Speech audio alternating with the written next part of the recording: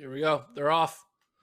So Boling's in lane 6 and Laird is in lane 5. They say lane 5 is better than lane 6. But Boling running like its life depends on it, knowing Laird is coming. Who's that on 3, though? A&T's looking good. Boling's... he stumbled, right? He's pulling up. Here comes Laird.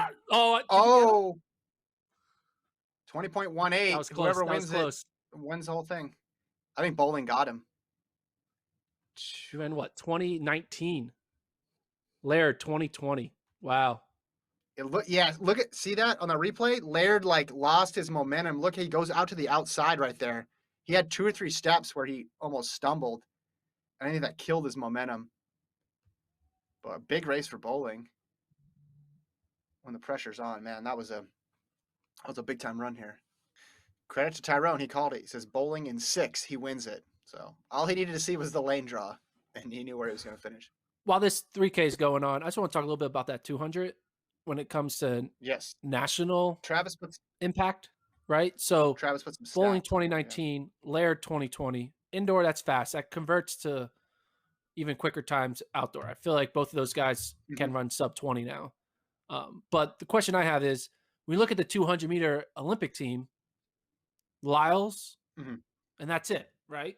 There's no other there's no other second guy or even third guy that you're like, yeah, you're 100% a 200-meter guy. So I guess Kenny B, yeah. But Kenny B, is he healthy? All this stuff, and he's not as solid as he's just as likely to make it as a Boling or a Laird, in my opinion. But basically, the point I'm saying is, do Boling or Laird, how much stock are you buying in either of those guys to make the Olympic team? I'm never going to discount anybody from the 200, especially if you can get to sub 20, because we've seen that's been good enough to qualify by the time you get to the end of the meet. But it's still a long way away. I feel better about Kenny B than you do. Hey, Oregon's doing what I said they were going to do. Going to the front, controlling. Sorry, it's the only thing I've gotten right. I need to highlight that. Bednarik, you're right. He's had injuries at inopportune times, but I'm thinking all this time off is going to put him in a good spot to where he can really, really roll.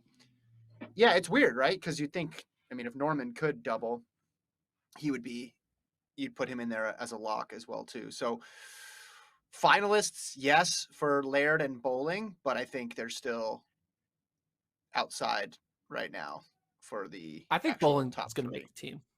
I think Boling will make the 200 team. Who would you put ahead of him? Lyles, Bednarik, and who? TBD.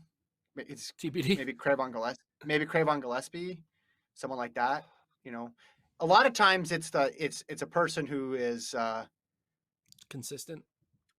Oh yeah, consistent but overshadowed. Gets one of those final 2 spots, because again, it's just more about managing your energy through the rounds, especially if you're going to run the 100 or the 200.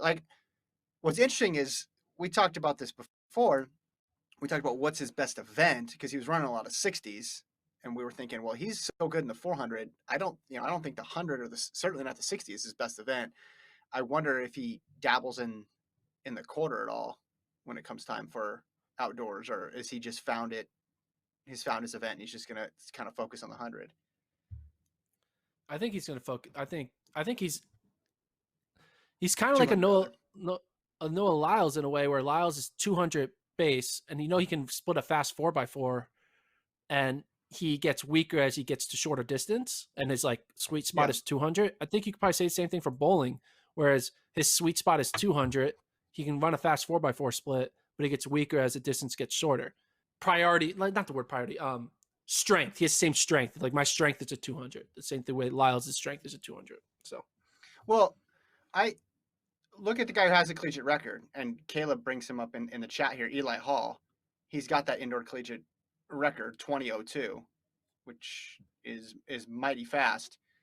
Now he did it in a non-championship year, so we weren't able to go and immediately say, hey, is he going to make the team? Is he going to make the team? So, but 20:02, I think we would agree, is a ways quicker from what we saw from Boling. Boling obviously younger, so there's a lot of variables here.